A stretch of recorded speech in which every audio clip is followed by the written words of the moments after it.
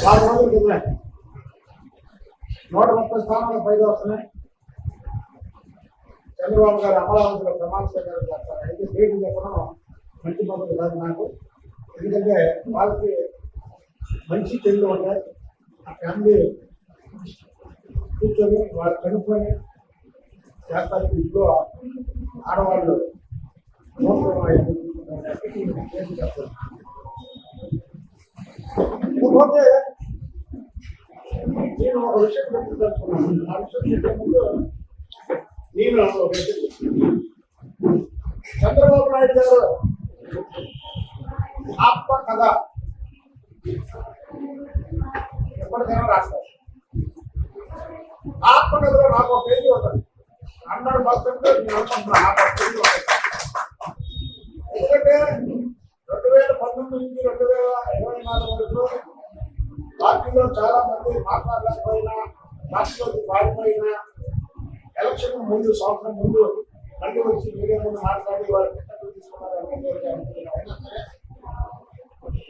నాకు విజయవాడ పశ్చిమ అనకాపల్లి బాధ్యత జరిగినా సరే చంద్రబాబు గారు నాకు ఏదో చేస్తారని ఆయన ఎవరో ఆమె ఓపెన్ సరే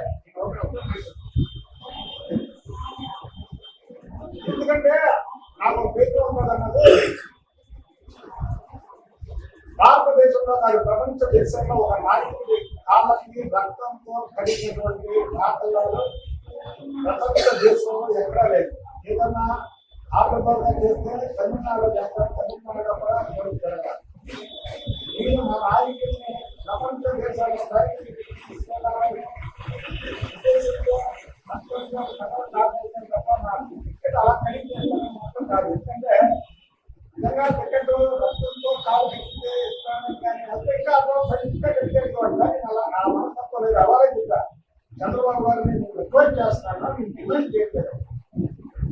ఎందుకు చెప్తున్నానంటే చంద్రబాబు గారిని డిమాండ్ చేస్తున్నా. అందుకని ఎన్ని కూడా చెప్తాను. ఏదైతే చంద్రబాబు నాయుడు గారు 74 ఏళ్ళ వయసు వాళ్ళందరూ ముసలాడైతే చంద్రబాబు గారు బాధ్యత చేశారు. అలాగే 2019లో పాదయాత్ర చేశారు జగన్మోహన్. అయితే ఆయన జగన్మోహన్ రెడ్డి పాదయాత్ర వెరైటీ పాదయాత్ర. ఏంటంటే ఆయన శుక్రవారం శనివారం ఆదివారం సెలవు పాదయాత్ర అయినా సరే పాదయాత్ర చేశారు. మా కాలం కూడా. అలాగే పార్టీ పునఃస్కంధాల మీద పెట్టుకొని జాతీయ పార్టీ ప్రధాన కార్యదర్శి లోకేష్ బాబు గారు కూడా పాదయాత్ర చేయడమే కాకుండా చంద్రబాబు గారు ఈ రాష్ట్రంలో నాకు తెలిసి దాదాపు 20-30 వేల మందికి చేరుకోగలుగుతారు. అలాగే లోకేష్ బాబు గారు ఆ 20-30 వేల మందిని సహా 20-30 వేల మందిని వేరుతో పిలిచే నాయకత్వాన్ని సంపాదించుకున్నాడు లోకేష్ బాబు. ఇప్పటి వరకు రాష్ట్ర పార్టీ అధ్యక్షులుగా 15 వర్గాలకు చెందినటువంటి అచ్చెన్నాయుడు గారు పనిచేశారు. చాలా చక్కగా పనిచేశారు. ఆయన ఢిల్లీ ప్రజలు వచ్చిన ఒక ఎక్కడ భయపడుతున్న ప్రభుత్వానికి ఇంకా గట్టిగా పనిచేశారు. 100కి 100% అచ్చెన్నాయుడు గారు పెద్ద మెజార్టీగా పనిచేశారు.